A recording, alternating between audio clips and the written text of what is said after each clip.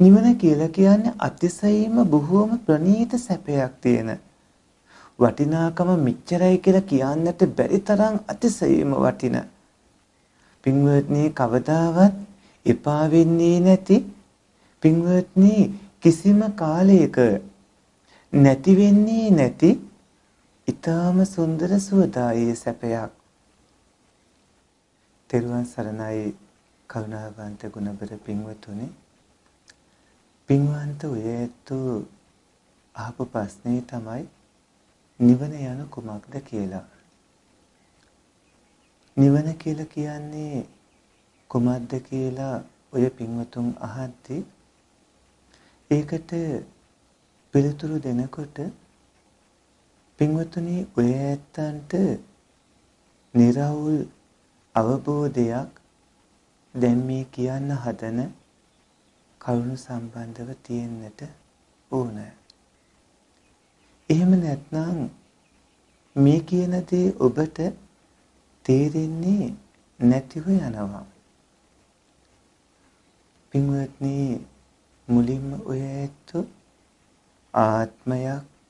ආත්මයක් සත්වේ පුද්ගලයෙක් මම කියලා කෙනෙක් ඇත්තටම ඉන්නවා කියලා හිතන් ඉන්නේ වැරදි හැඟීම නැති කරගෙන ඒක නිවැරදි අදහසකට පැමිණෙන්නට වෙනවා.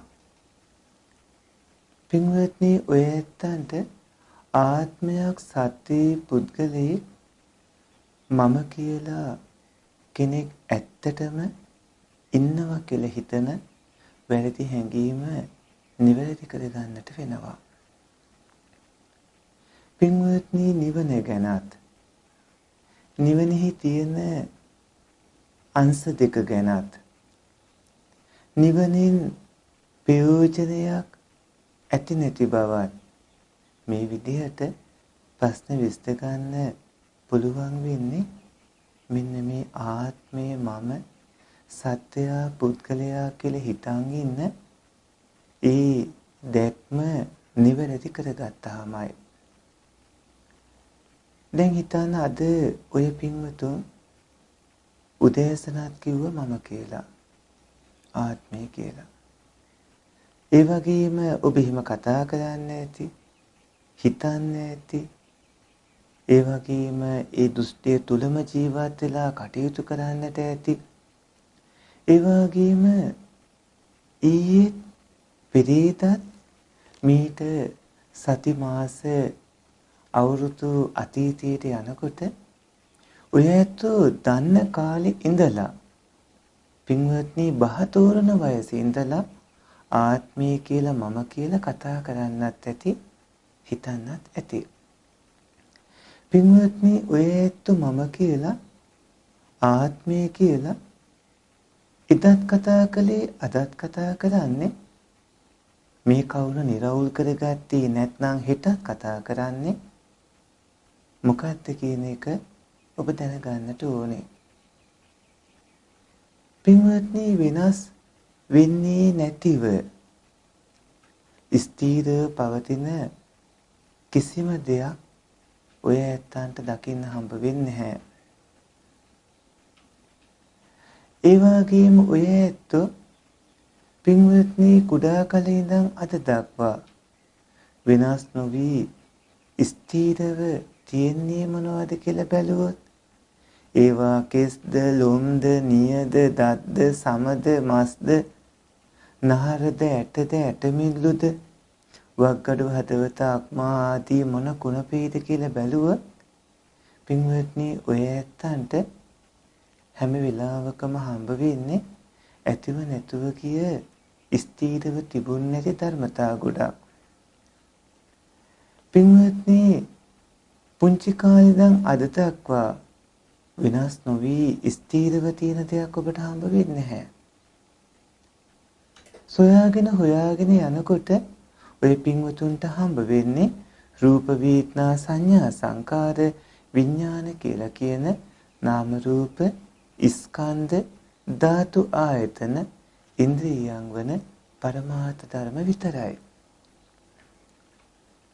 ඒ කියන්නේ පින්වතුනි ඔය ඇත්ත මේ මනුස්ස භූමියේ මවකුස පිළිසිඳ ගන්න කලින් පෙර භවයේ සිටි තැනින් මානයට පත් වෙනකොට ඒ මරණාසන්න චිත්ත වීතියේ ජවන විපාක විඥානයක් විදිහට ප්‍රතිසන්දි විඥානය පහළ වුණු බවත් ඒ ප්‍රතිසන්දි විඥානයේ පහළ වීමේදීම නාම රූප ධර්මයෝ පහළ වුණු බවත් පංචස්කන්ධයෙන් තොරව පැවැත්මක් සිද්ධ වෙන්නේ නැති බවත් ඒ පංචස්කන්ධේ අනිත්‍ය දුක්ඛ අනාත්ම කියන ත්‍රිලක්ෂණේ යුක්ත ධර්මතා බවත් වටහා ගන්නට වෙනවා නිවන ගැන කතා කරද්දී. පින්වත්නි ආත්මයක් සත්‍යයේ පුද්ගලයේ මම කියලා දෙයක් තියෙනවා කියන වැරදි දෘෂ්ටියක ඉඳලා නිවන ගැන ඔය පින්වතුන්ට තේරුම් ගන්නට පුළුවන් කමක් නැහැ. නිවන ගැන තේරුම් ගන්නට නම් නිවැරදි දෘෂ්ටියට එන්නට වෙනවා. ඒ ධර්ම හට ගන්නට පවතින්නට උපකාර වන ධර්මවලට පින්වත්නි අපි කියන්නේ පත්‍ය ධර්ම කියලා. ඒ පත්‍ය ධර්මයෙන් හටගත් ධර්මයන්ට පත්‍යෝත්පන්න ධර්ම කියලායි කියන්නේ. සංකත ධර්ම කියලා කියන්නේ සංඛාර ධර්ම කියලා කියන්නේ ඒ නම් වලින් හඳුන්වන්නේ මෙන්න මේ පත්‍යෝත්පන්න ධර්මයි. එතකොට පටිච්ච සමුප්පාද දේශනාවේදී ඵලය උපදවන හේතුවත් ඒ කියන්නේ පටිච්ච සමුප්පාදයත් ඵලේ වන පටිච්ච සමුප්පන්න කියන හේතුඵල ධර්මයන් දක්වනවා. පින්වත්නි චිත්ත චෛතසික රූප කියලා කියන මේ සියලුම හේතුන්ගෙන් හට ගන්න නැත්නම් මේ සංකත ධර්මයෝ පත්‍යංගෙන් හටගත් ඒවා. හැබැයි අද අපේ මාතෘකාවේ තියෙන නිවන පත්‍යංගෙන් හටගත් ධර්මතාවයක් නෙමෙයි. නිවන කියන්නේ අසංකත ධර්මයක්. ඒ කියන්නේ පත්‍යංගෙන් හටගත් ධර්මයක් නොවේ කියන එක. පින්වත්නි එක් ධර්මයක් තවත් ධර්මයකට පත්‍ය වීම විවිධ ආකාරයට සිද්ධ වෙනවා. එහෙම සිද්ධ වෙන ආකාර 24ක් තියෙනවා. ඔය පින්වතුන්ට හේතුපච්චයෝ ආරම්මනපච්චයෝ අධිපටිපච්චයෝ අනන්තරපච්චයෝ ආදි විදිහට ප ဋ ාණ ණයකමේදී ඒ පත්‍ය 24 දැනගන්න පුළුවන්. එතකොට නිවන ගැන තේරුම් ගන්නට ඔය පින්වතුන්ට මේ කිව්ව ස්කන්ධ ධාතු ආයතන ඉන්ද්‍රියයන් ගැන දැනගෙන ඒවා හටගන්න විදිහ සහ ඒ පත්‍ය ධර්මතාවයන් ගැන වැටහීමක් තියෙන්න වෙනවා. එතකොටයි නිවන ගැන හොඳට තේරුම් ගන්න පුළුවන්කම ලැබෙන්නේ. පින්වත්නි ආත්මයක් මම කියලා කෙනෙක් ඉන්නවා කියා ඇති කරගෙන තියෙන දෘෂ්ටියක ඉඳගෙන පින්වත් ඔය ඇත්තන්ට නිවන තේරුම් ගන්නට පුළුවන් කමක් නැහැ. ඒකට අනාත්ම ලක්ෂණේ තේරුම් ගන්නට වෙනවා. චතුරාර්ය සත්‍ය ධර්මයේ පිළිබඳව පින්වත් ඔය ඇත්තන්ට ඊට හොඳ අවබෝධයක් ඇති කර ගන්නට වෙනවා. පින්වත්නි නිවන් දකින්නට කියලා ඔය ඇත්ත උත්සාහ කරන ඒ කාරණාව වෙන්නේ චතුරාර්ය සත්‍ය ධර්මයේ එන තුන්වෙනි සත්‍ය ධර්මයයි. ඒ කියන්නේ දුක්ඛ නිරෝධාර්ය සත්‍යයි. දුක්ඛ නිරෝධ ආර්ය සත්‍ය කියලා කියන මේ නිර්වාණය සමහරුන් හිතන හැටියට මොනවත්ම මේ වටිනාකමක් නැති දෙයක් නෙමෙයි. සමහරුන් හිතන්නේ නිවන කිව්වහම කිසි වටිනාකමක් නැහැ, කිසි සැපයක් නැහැ. ඒ වගේම පතන්න හොඳ නැති, බය වෙන්න ඕන හිස් දෙයක් වගේ. පින්වත්නි ඒක සම්පූර්ණයෙන්ම වැරදි අදහසක්. නිවන කියලා කියන්නේ අතිශයින්ම බොහෝම ප්‍රණීත සැපයක් තියෙන. වටිනාකම මෙච්චරයි කියලා කියන්නට බැරි තරම් අතිශයින්ම වටින. පින්වත්නි කවදාවත් එපා වෙන්නේ නැති පින්වත්නි කිසිම කාලයක නැති වෙන්නේ නැති ඊටාම සුන්දර සුවදායී සැපයක්. මෙතන මේ කරුණ තේරුම් ගන්න පින්වත්නි ඔබට මේ කරුණට අවධානය යොමු කරන්න. දුක සමග මිශ්‍ර වෙන්නේ නැති සැපයක් මේ නිවන කියලා කියන්නේ.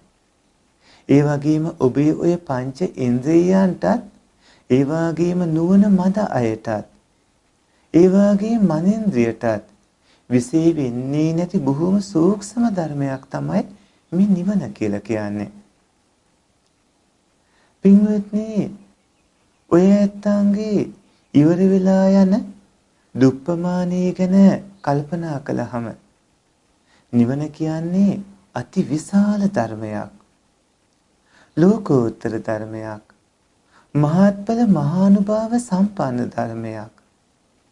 පිහිටි තැනක් නැතිව තියෙන ධර්මයක්. එකම සත්වයකවත් එහි වාසය කරන්නේ නැති සත්වයන්ට උතුම්ම පිහිට වුණු ධර්මතාවයක්. පින්වත්නි නිවනේ අපි මේ කලින් කතා කරපු ඔබ නිවන ගැන තේරුම් ගන්න නම් ආත්මය මම කියලා හිතන දෘෂ්ටිය නැති වෙන්න ඕන කියලා කිව්ව. ඒ රූපස්කන්ධේ, වේදනාස්කන්ධේ, සංඥාස්කන්ධේ, සංකාරස්කන්ධේ, විඥානස්කන්ධේ කියලා කියන මෙන්න මේ ස්කන්ධයන්ගෙන් එකක්වත් නැහැ එතන. කිසිවක් නැති හින්දා ඒක හිස් දෙයක්. ඒ හිස් බව නිවනේ තියෙන වැරදි දෙයක් නෙමෙයි. ඒ කියන්නේ අගුණයක් නෙමෙයි, නිවනේ තියෙන උතුම් ගුණයක්. පින්වත්නි අඩුම තරමේ මේ පංචස්කන්ධයේ විඥානස්කන්ධයවත් නිවනේ නැහැ. විඥානය කියලා කියන්නේ අතිශයින්ම දුක්ඛිත කාරණාවක්. පින්වත්නි නිවන මේ පංච ස්කන්ධයන්ගෙන් හිස් වුණාට සැපයෙන් නම් හිස් වෙන්නේ නැහැ. නිර්වාණ සැපේ තේරුම් ගන්නට ඔය පින්වතුන්ට සැපේ ගැන අවබෝධයක් ඇති කරගන්න වෙනවා. පින්වත්නි මේ ලෝකේ තියෙනවා සැප වර්ග දෙකක්. ඒ එකකට කියන්නේ කාම සැපේ කියලා, අනිත් එකට කියන්නේ විමුක්ති සැපේ කියලා. කාම සැපේ කියලා කියන්නේ රූප, ශබ්ද, ගන්ධ, රස, ස්පර්ශ, ධර්ම කියලා කියන මේ අරමුණු හින්දා හටගන්න සැපයයි. එතකොට පින්වත්නි විමුක්ති සැපේ කියලා කියන්නේ ඔය ඇත්ත ඉදිරියට පැමිණිලා තිබෙන හෝ අනාගතේ පැමිණෙන්නට තියෙන හෝ විපතකින් දුකකින් බේරීමට තියෙන නිදහසට විමුක්තිය කියලා කියනවා. එතකොට මේ වෙලාවේ ඔබ ඉදිරියට පැමිණ තියෙන විපතක් දුකක් හෝ නැත්නම් අනාගතයේදී ඔබ ඉදිරියට පැමිණෙන්නට තියෙන විපතකින් දුකකින් බේරෙන්නට තියෙන නිදහස ඒ විමුක්ති සුඛේ වෙනවා. පින්වත්නි මේ සැප දෙකින් කාම සුඛය කියන්නේ ඔය ඇත්තෝ දැන් විඳින සැපයක්. ඒ නිසා ඒකට පින්වත්නි වේදිත සුඛය කියලා තවත් නමක් තියෙනවා. හැබැයි විමුක්ති සුඛය කියලා කියන්නේ පින්වත්නි නොවිඳින සැපයක්. ඒ කියන්නේ අවේදිත සැපයක් වෙනවා. පින්වත්නි නිවනේ කාම සුඛය සම්පූර්ණයෙන්ම නැහැ. කිසිම කාම වස්තුවක් එතන නැහැ. නිර්වාණයම තමයි විමුක්ති සැපේ වෙන්නේ. ඒ නිසා ඒක කිසියම් විදිහකට ප්‍රමාණය කරන්න පුළුවන් දෙයක් නෙමෙයි. නිර්වාණ විමුක්තියේ වටිනාකම කිසිම විදිහකට පින්වත්නි ප්‍රමාණ කරන්න පුළුවන් කමක් නැහැ. බුදු පියාණන් වහන්සේ දුක්ඛ සත්‍ය, සමුදය සත්‍ය, නිරෝධ සත්‍ය, මාර්ග සත්‍ය කියන මේ ආර්ය සත්‍ය හතරේ පින්වත්නි නිරෝධ ආර්ය සත්‍ය දේශනා කළ තැන මෙන්න මෙහෙම සඳහන් වෙනවා. කතමංච භික්ඛවේ දුක්ඛ නිරෝධං අරිය සත්‍යං යෝ තස්සායේව තණ්හාය අශේෂ විරාග නිරෝධෝ චාගෝ පටි නිස්සග්ගෝ මුත්‍ති අනාලයෝ ඉදං උච්චති භික්ඛවේ දුක්ඛ නිරෝධං අරිය සත්‍යං කියලා සම්බුදු මෙණියන් වහන්සේ දේශනා කළේ. පින්වත් මහණෙනි, දුක්ඛ නිරෝධ ආර්ය සත්‍ය කියලා කියන්නේ මොකද්ද? දුක් ඉපදීමේ හේතුව උන ඒ තණ්හාව ආර්ය මාර්ගයේ නිසා පින්වත්නි ඉතිරියක් නැතිවම නැත්තටම නැති කිරීමට ඒ තණ්හාව නැති කිරීම විදිහට කරන යම්කිසි දුරු කිරීමකට නැවත උපදින්නේ නැති විදිහට සිද්ධ කරන දුරු කිරීමට ඒ තණ්හා බන්ධනයෙන් මිදීමට නොඇලීමට බුදු පියාණන් වහන්සේ දේශනා කරන පින්වත් මහණෙනි මෙන්න මේක තමයි දුක්ඛ ආර්ය සත්‍ය කියලා කියන්නේ කියලා.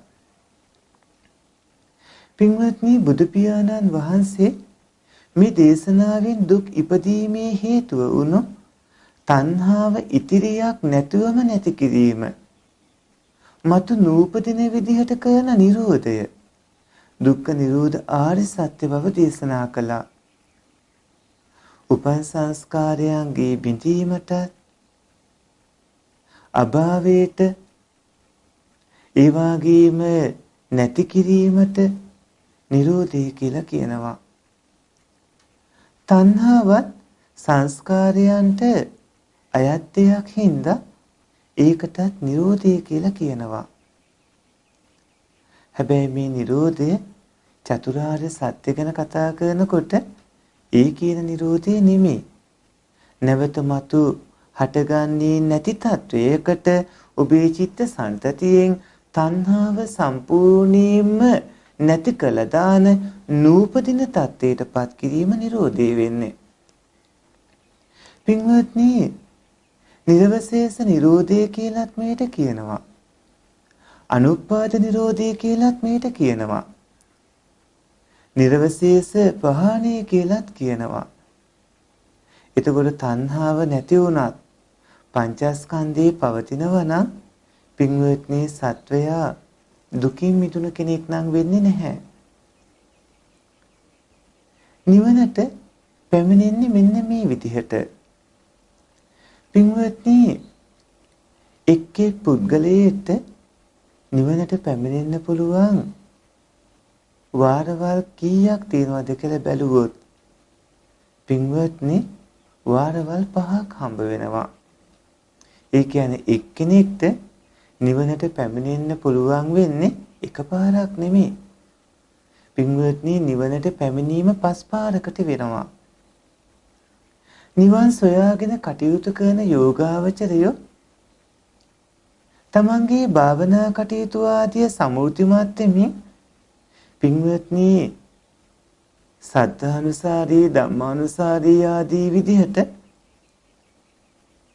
සෝහන් වුණාම ඒ සෝහන් මාර්ග ඵලලාභියාට අනාගතයේ සතර අපායේ උපදින්නට තියෙන ස්කන්ධයනොත් ඒ වගේම ඒක බීජී කෝලංකෝල සත්තක්කත් පරම විදියට ගත්තාම ආත්ම භාව 7කට එහා උපදින්න නැතුව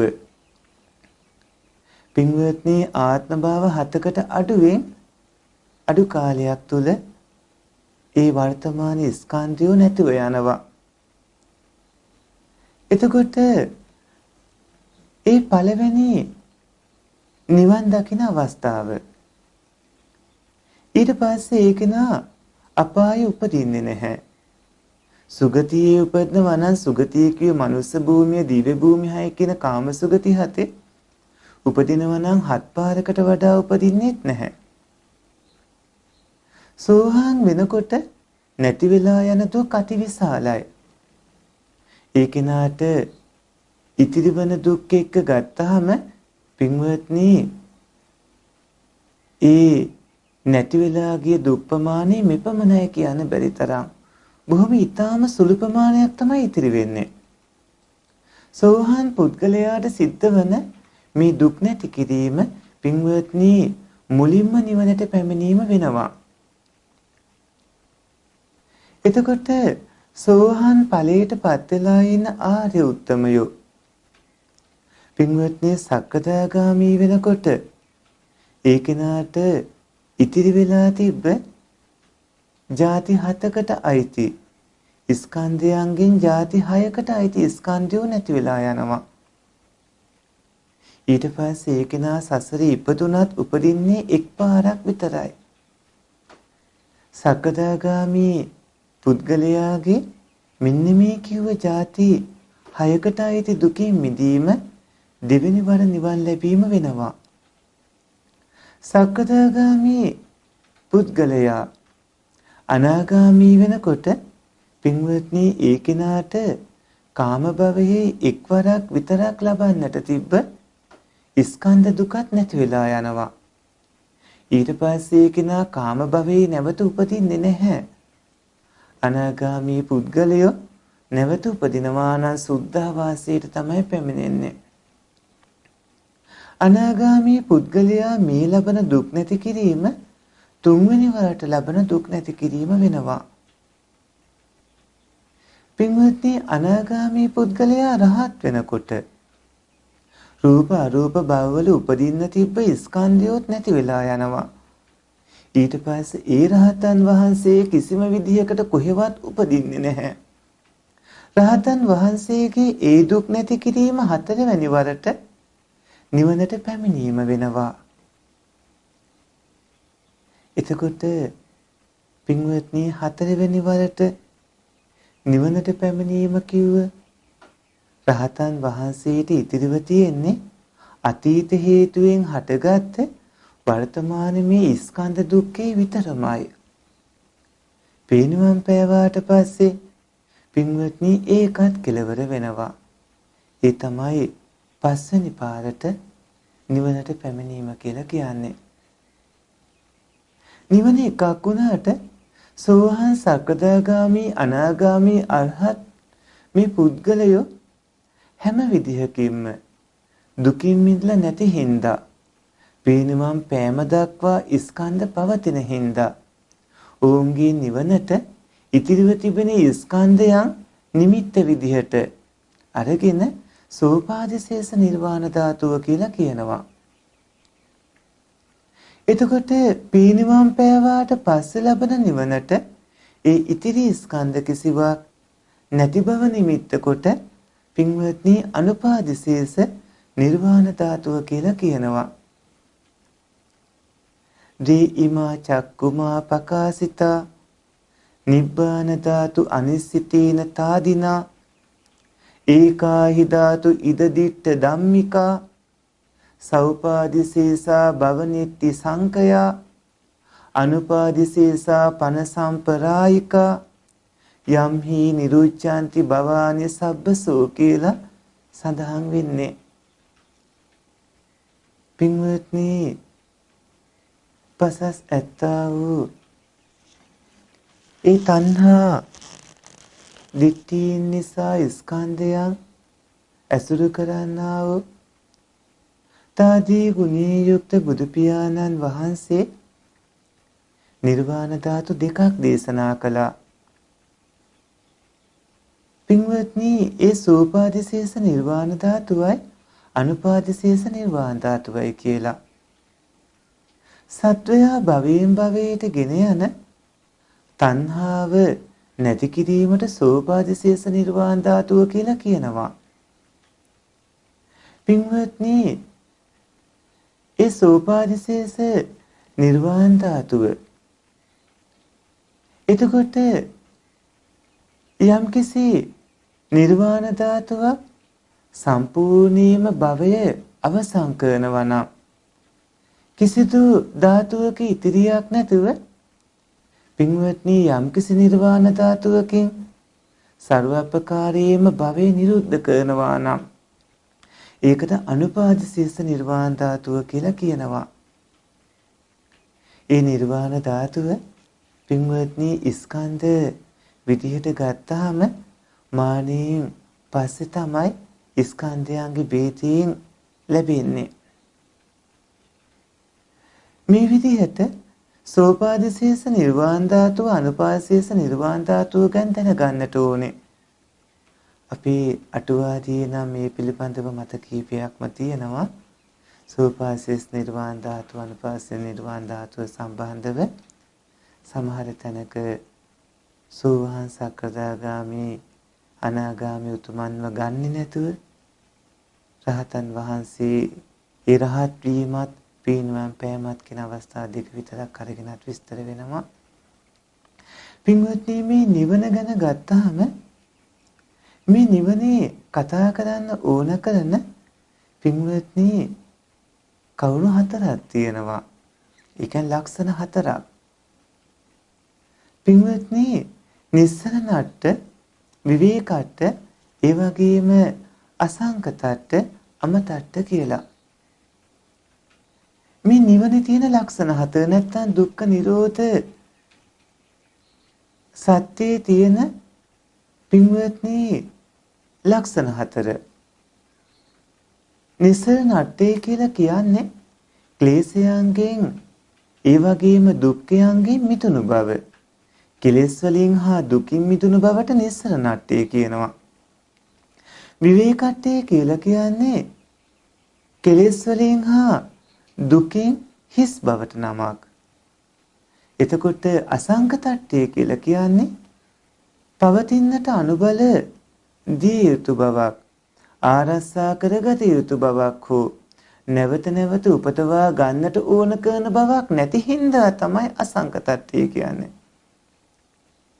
අන්තිම ලක්ෂණේ අමතට්ඨය. අමතට්ඨය කියලා කියන්නේ බිඳී අතුරුදහන් වීමක් නැති හින්දා හැම කාලෙම පවතින බවයි. එතකොට පින්වත්නි යම්කිසි ධර්මයක මේ නිස්සරණට්ඨය කියලා කියන දුකින් මිදුණු ස්වභාවයත් විවේකට්ඨය කියලා කියන දුක් නැති කරන ස්වභාවය, ඒ කියන්නේ දුකත් එක්ක මිශ්‍ර නොවන ස්වභාවය, අසංකතට්ඨය කියලා කියන නැවත නැවත අලුත් කළ යුතු බවක් නැති ස්වභාවය, අමතට්ඨය කියලා කියන කිසිම විදිහකට නොබිදෙන විනාශ නොවන ස්වභාවය මේ දුක්ඛ නිරෝධ ආර්ය සත්‍ය නැත්තම් නිවනේ ලක්ෂණ හතර වෙනවා. පින්වත්නි පින්වන්තෝ යැත්තන්ට නිවන කියන්නේ මොකද්ද කියලා අපි කෙටියෙන් මේ කිව්වේ. විසුද්ධි මාර්ගය, ඒ වගේම සූත්‍ර පිටකයේ බොහෝ සූත්‍ර දේශනා, ඒ වගේම අපේ පටිසම්භිදා මග්ගය ආදී බොහෝ තැන්, ඒ වගේම අභිධර්මයේ මේ නිවන විස්තර කරන ආකාර රාශියක් තියෙනවා. මේ වගේ ඔබහාපු ප්‍රශ්නයකට මේ වගේ කෙටියෙන් ලබා දෙන පිළිතුරකදී සත්පුරුෂ පින්වත්නි සියල්ලම ආවරණය කරන්න පුළුවන් කමක් නැහැ. ඒ සඳහා පැය ගණනාවක් ගන්න සිද්ධ වෙනවා. අපි ඉදිරියේදී නිවන පිළිබඳව ඒ සවිස්තර දේශනාවක් ඔය ඇත්තන්ට කරන්නම්.